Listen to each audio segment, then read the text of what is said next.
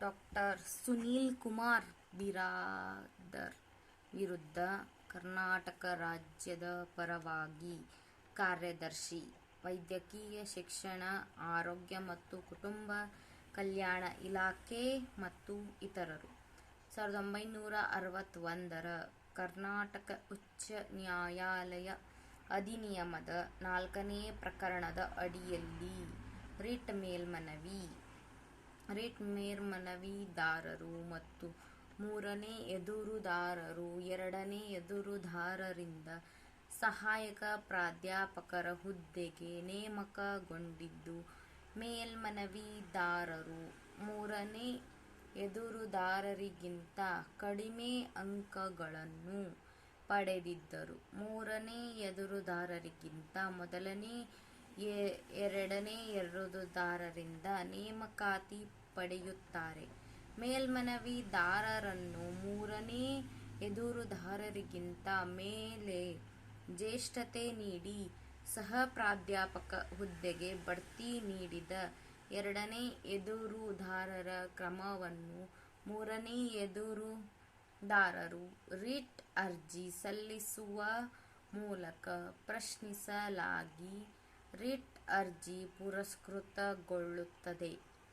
ಏಕಸದಸ್ಯ ಪೀಠದ ಆದೇಶ ಕ್ರಮವನ್ನು ಪ್ರಶ್ನಿಸಿ ಸದರಿ ರಿಟ್ ಮೇಲ್ಮನವಿ ಸಲ್ಲಿಕೆ. ನೇಮಕಾತಿ ಆದೇಶವನ್ನು ಎರಡನೇ ಎದುರುದಾರರು ನೀಡಿದಾಗ ಮೂರನೇ ಎದುರುದಾರರು ಮತ್ತು ಮೇಲ್ಮನವಿದಾರರ ನಡುವೆ ಜ್ಯೇಷ್ಠತಾ ಪಟ್ಟಿಯು ಅಂತಿಮಗೊಂಡಿರುವುದಿಲ್ಲ ಎಂದು ಅಭಿಪ್ರಾಯಪಟ್ಟ ಉಚ್ಚ ನ್ಯಾಯಾಲಯದ ದ್ವಿಸದಸ್ಯ ಪೀಠವು ಏಕಸದಸ್ಯ ಪೀಠದ ಆದೇಶವನ್ನು ಎತ್ತಿಹಿಡಿದು ಸದರಿ ರಿಟ್ ಮೇಲ್ಮನವಿಯನ್ನು ವಜಾಗೊಳಿಸಿದೆ.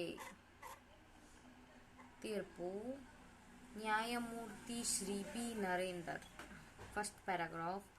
ರಿಟ್ ಅರ್ಜಿ ಸಂಖ್ಯೆ 6673/5/2010 ದಿನಾಂಕ 3/12/2015 ಹೊರಡಿಸಲಾದ ಆದೇಶದಿಂದ ಬಾಧಿತರಾದ ಅದರಲ್ಲಿನ ಮೂರನೇ ಎದುರುದಾರರು ಈ ಅಪೀಲನ್ನು ಸಲ್ಲಿಸಿದ್ದಾರೆ.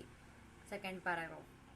ಮೊಕದ್ದಮೆಯ ಸಂಕ್ಷಿಪ್ತ ಸಂಗತಿಗಳೆಂದರೆ, ಎರಡನೇ ಎದುರುದಾರರಾದ ಕರ್ನಾಟಕ ವೈದ್ಯಕೀಯ ವಿದ್ಯಾಸಂಸ್ಥೆ, ಸಂಕ್ಷಿಪ್ತವಾಗಿ ಕಿಮ್ಸ್ ಎಂದು ಉಲ್ಲೇಖಿಸಲಾಗಿದೆ, ಇದು ತನ್ನ ಸಂಸ್ಥೆಯ ವಿಧಿ ವಿಜ್ಞಾನ ವಿಭಾಗದಲ್ಲಿನ ಸಹಾಯಕ ಪ್ರಾಧ್ಯಾಪಕ ಹುದ್ದೆಗೆ ನಡೆಸಲಾದ ನೇರ ಸಂದರ್ಶನದಲ್ಲಿ ಭಾಗವಹಿಸಲು ಅರ್ಹ ಅಭ್ಯರ್ಥಿಗಳಿಂದ ಅರ್ಜಿಗಳನ್ನು ಆಹ್ವಾನಿಸಿ ದಿನಾಂಕ 10/7/2008 ಅಧಿಸೂಚನೆಯನ್ನು ಹೊರಡಿಸಿತು. ದಿನಾಂಕ 21/22/2008 ಸಂದರ್ಶನವನ್ನು ನಡೆಸಲಾಯಿತು.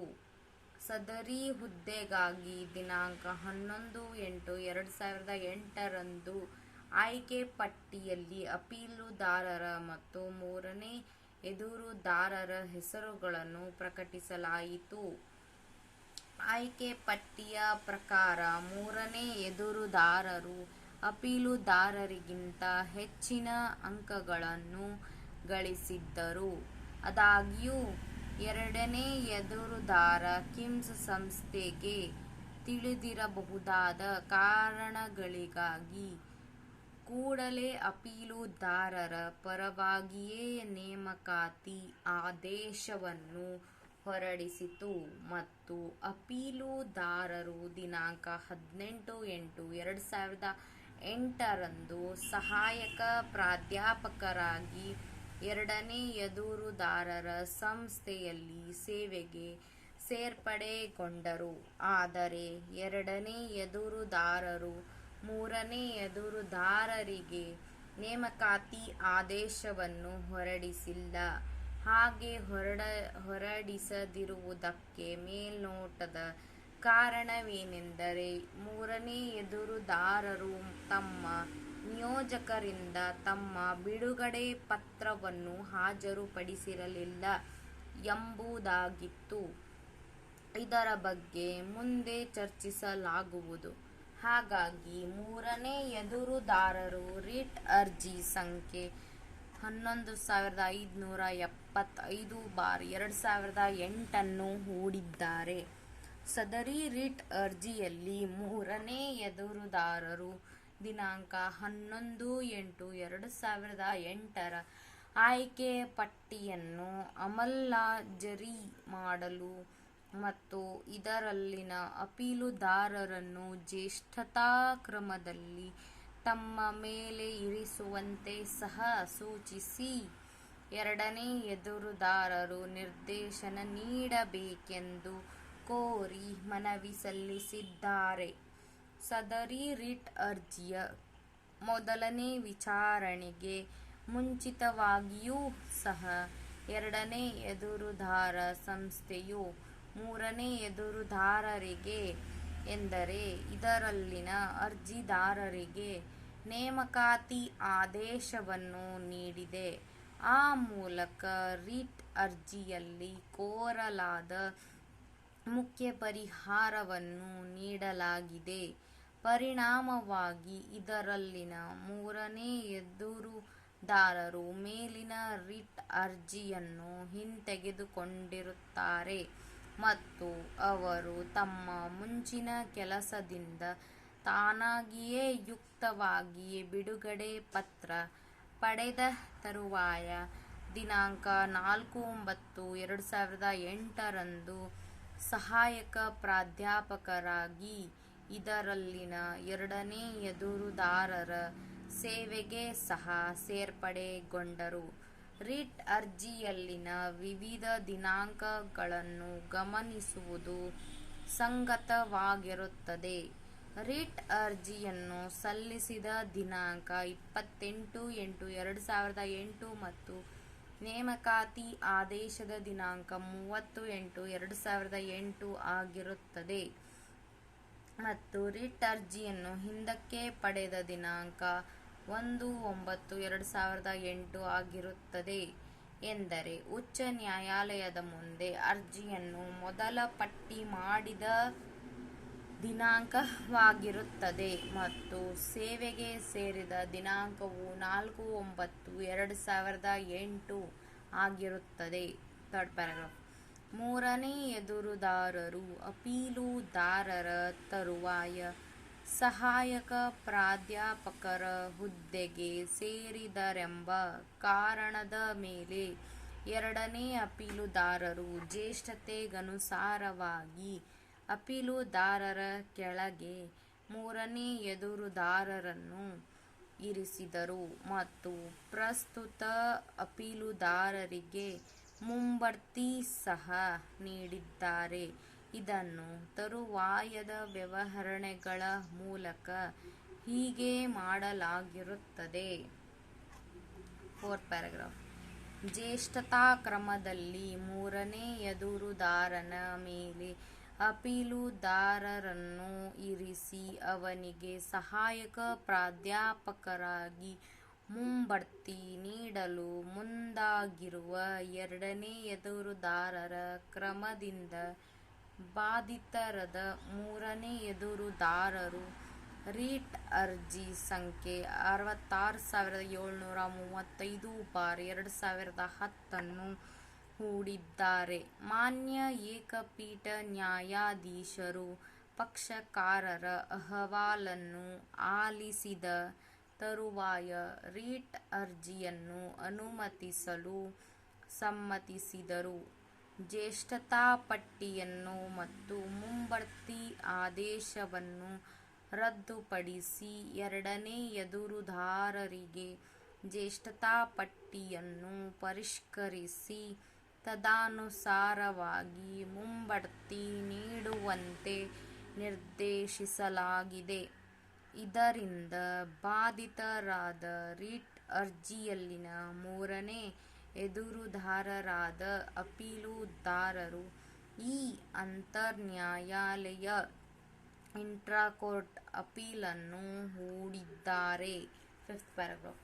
ಅರ್ಜಿದಾರರ ವಾದವೇನೆಂದರೆ ಅಭ್ಯರ್ಥಿಗಳ ಜ್ಯೇಷ್ಠತೆಯನ್ನು ನೇಮಕಾತಿ ಆದೇಶವನ್ನು ನೀಡಿದ ಮತ್ತು ಸೇವೆಗೆ ಸೇರುವ ದಿನಾಂಕದ ಆಧಾರದ ಮೇಲೆ ಪರಿಗಣಿಸಬೇಕಾಗಿದೆ ಎಂಬುದಾಗಿ ಮತ್ತು ಪ್ರಸ್ತುತ ಮೊಕದ್ದಮೆಯಲ್ಲಿ ಅಪೀಲುದಾರನಿಗೆ ನೇಮಕಾತಿ ಆದೇಶವನ್ನು ನೀಡಲಾಗಿದೆ ಮತ್ತು ಅವರು ಮೂರನೇ ಎದುರುದಾರರಿಗಿಂತ ಬಹು ಮುಂಚಿತವಾಗಿ ಸಹಾಯಕ ಪ್ರಾಧ್ಯಾಪಕ ಹುದ್ದೆಗೆ ಸೇರಿದ್ದಾರೆ. ಈ ಸಂಬಂಧದಲ್ಲಿ ಸಂಬಂಧಪಟ್ಟ ವಿನಿಮಯಗಳ ಮತ್ತು ಮೊಕದ್ದಮೆಯ ಕಾನೂನುಗಳ ಗುಣಾರ್ಹತೆಯನ್ನು ವಿವೇಚಿಸುವಲ್ಲಿ ಮಾನ್ಯ ಏಕಪೀಠ ನ್ಯಾಯಾಧೀಶರು ತಪ್ಪೆಸಗಿದ್ದಾರೆಂದು ಮತ್ತು ರಿಟ್ ಅರ್ಜಿಯನ್ನು ತಪ್ಪಾಗಿ ಪುರಸ್ಕರಿಸಿದ್ದಾರೆಂದು ವಾದಿಸಲಾಗಿರುತ್ತದೆ. Sixth paragraph. ಮೂರನೇ ಎದುರುದಾರರು ಪ್ರಾರಂಭದಲ್ಲಿ ಸಹಾಯಕ ಪ್ರಾಧ್ಯಾಪಕರಾಗಿ ನೇಮಕಗೊಳ್ಳದಿದ್ದಾಗ ರಿಟ್ ಅರ್ಜಿ ಸಂಖ್ಯೆ 11575/2008 ಹೂಡಿದ್ದಾರೆ ಮತ್ತು ಸದರಿ ರಿಟ್ ಅರ್ಜಿಯಲ್ಲಿ ಅವರು ಸಹಾಯಕ ಪ್ರಾಧ್ಯಾಪಕರಾಗಿ ನೇಮಕಾತಿಯನ್ನು ಕೋರಿರುವುದು ಮಾತ್ರವಲ್ಲದೆ ಇದರಲ್ಲಿನ ಅಪೀಲುದಾರರ ಮೇಲೆ ತನಗೆ ಜ್ಯೇಷ್ಠತೆಯನ್ನು ನೀಡಬೇಕೆಂದು ಕೋರಿದ್ದಾರೆ. ಅವರಿಗೆ ನೇಮಕಾತಿ ಆದೇಶವನ್ನು ನೀಡಲಾಗಿ ಮೇಲೆ ಅಪೀಲುದಾರರು ಎರಡನೇ ಎದುರುದಾರರ ಸೇವೆಗೆ ಸೇರಿಕೊಂಡ ತರುವಾಯ ಜ್ಯೇಷ್ಠತೆಯನ್ನು ಕಾಪಾಡಿಕೊಳ್ಳಬೇಕೆಂದು ಕೋರದೆ ರಿಟ್ ಅರ್ಜಿಯನ್ನು ಹಿಂತೆಗೆದುಕೊಂಡರು ಮತ್ತು ಆ ಮೂಲಕ ಇದು ಪೂರ್ವ ನ್ಯಾಯಾಲಯ ನಿರ್ಣಯವಾಗಿರುತ್ತದೆ ಮತ್ತು ಮೂರನೇ ಎದುರುದಾರನು ಅಪೀಲುದಾರರನ್ನು ಜ್ಯೇಷ್ಠತಾ ಕ್ರಮದಲ್ಲಿ ತನಗಿಂತ ಮೇಲೆ ಇರಿಸಿರುವುದನ್ನು ಪ್ರಶ್ನಿಸುವಂತಿಲ್ಲ. ಅಪೀಲುದಾರನನ್ನು ಯಾವ ಖಾಲಿ ಸ್ಥಾನಕ್ಕೆ ಎದುರಾಗಿ ನೇಮಕ ಮಾಡಲಾಗಿದೆ ಎಂಬುದನ್ನು ನೇಮಕಾತಿ ಆದೇಶದಲ್ಲಿ ಗೊತ್ತುಪಡಿಸಿಲ್ಲವೆಂಬುದನ್ನು ಗಮನಿಸುವುದು ಸುಸಂಗತವಾಗಿರುತ್ತದೆ ಎಂದು ವಾದಿಸಲಾಗಿದೆ. Seventh paragraph.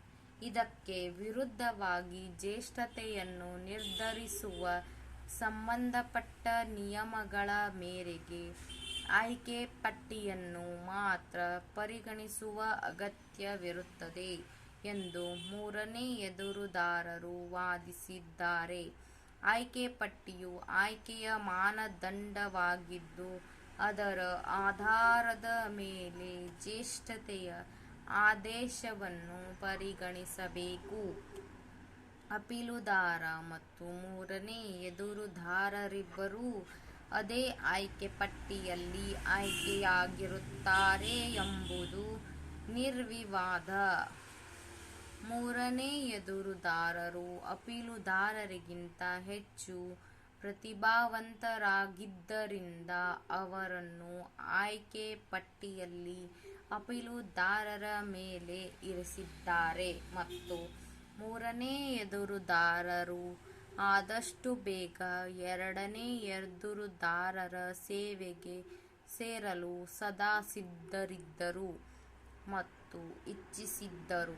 ಕೂಡಲೇ ಅವರಿಗೆ ನೇಮಕಾತಿ ಆದೇಶವನ್ನು ನೀಡದೆ ಅಥವಾ ಅಪೀಲುದಾರರೊಂದಿಗೆ ನೀಡದೆ ಎರಡನೇ ಎದುರುದಾರರು ಪ್ರಮಾದವೆಸಗಿದ್ದು ಅದು ಕಾನೂನುಬಾಹಿರವಾಗಿದೆ ಮತ್ತು ಹಾಗಾಗಿ ಅವರು ರಿಟ್ ಅರ್ಜಿ ಸಲ್ಲಿಸಬೇಕಾಯಿತು ಮತ್ತು ರಿಟ್ ಅರ್ಜಿಯು ಮೊದಲನೇ ವಿಚಾರಣೆಗೆ ಬರುವುದಕ್ಕೆ ಮುಂಚಿತವಾಗಿಯೇ ನೇಮಕಾತಿ ಆದೇಶವನ್ನು ಹೊರಡಿಸಬೇಕಾಗಿ ಬಂತು ಮತ್ತು ಈ ಕಾರಣದಿಂದಾಗಿ ಅವರು ರಿಟ್ ಅರ್ಜಿಯನ್ನು ಹಿಂತೆಗೆದುಕೊಂಡರು.